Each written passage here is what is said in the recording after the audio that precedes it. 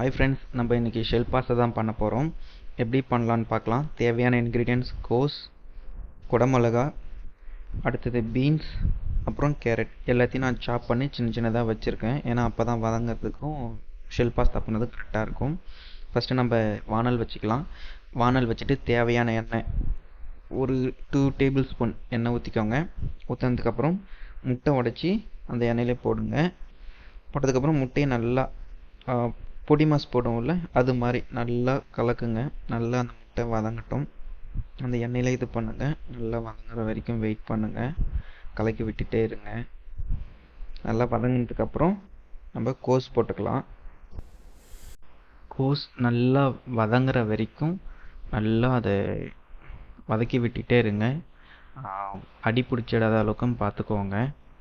நல்லா பெரட்டுங்க. ஏன்னா அப்போ தான் அந்த கோஸ் நறுக்குன்னு இல்லாமல் அந்த பச்சை ஸ்மெல் இல்லாமல் கொஞ்சம் சாஃப்டாகவும் இருக்கும். நல்லா சாப்பிட்றதுக்கு வாய் கொஞ்சம் இதமாகவும் இருக்கும். நல்லா வதங்கட்டும்.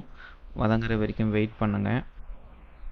நல்லா வதங்கி முடித்தது உடனே கட் பண்ணி வச்சுருந்த கேரட் போட்டுக்கலாம். கட் பண்ணி வச்சுருந்து குடமிளகா அப்புறம் பீன்ஸ், இது 3 நல்லா வதங்கட்டும். நல்லா வதங்குற வரைக்கும் லோ ஃப்ளேம்லேயே வச்சு வதக்க விடுங்க. ஏன்னா ஹோட்டலில் வேறு மாதிரி பண்ணுவோம், நம்ம வீட்டில் பண்ணுறோன்றதுனால கொஞ்சம் லோ ஃப்ளேம்லேயே இதுவாகட்டும். ஏன்னா நல்லா வெஜிடபிள்ஸ் நல்லா எண்ணெயில் வதங்கணும். அதனால் லோ ஃப்ளேம்லேயே வச்சு குக் பண்ணுங்கள். குக் பண்ணி முடித்த உடனே வெஜிடபிள்ஸ் வெந்த உடனே நம்ம பாஸ்தா போட்டுக்கலாம். பாஸ்தா போட்டு நல்லா மிக்ஸ் பண்ணி விடுங்க. அந்த வெஜிடபிள்ஸில் ஃபுல்லாக மிக்ஸ் ஆகிற வரைக்கும் கிண்டி விட்டுட்டே இருங்க. ஒட்டாத அளவுக்கு நல்லா இது பண்ணுங்கள். அதேமாரி அடி பிடிச்சிடாத அளவுக்கும் நல்லா வதக்கி விட்டுட்டே இருங்க. வதங்கினே இருக்கட்டும். லோ ஃப்ளேம்லேயே வச்சு இது பண்ணுங்கள்.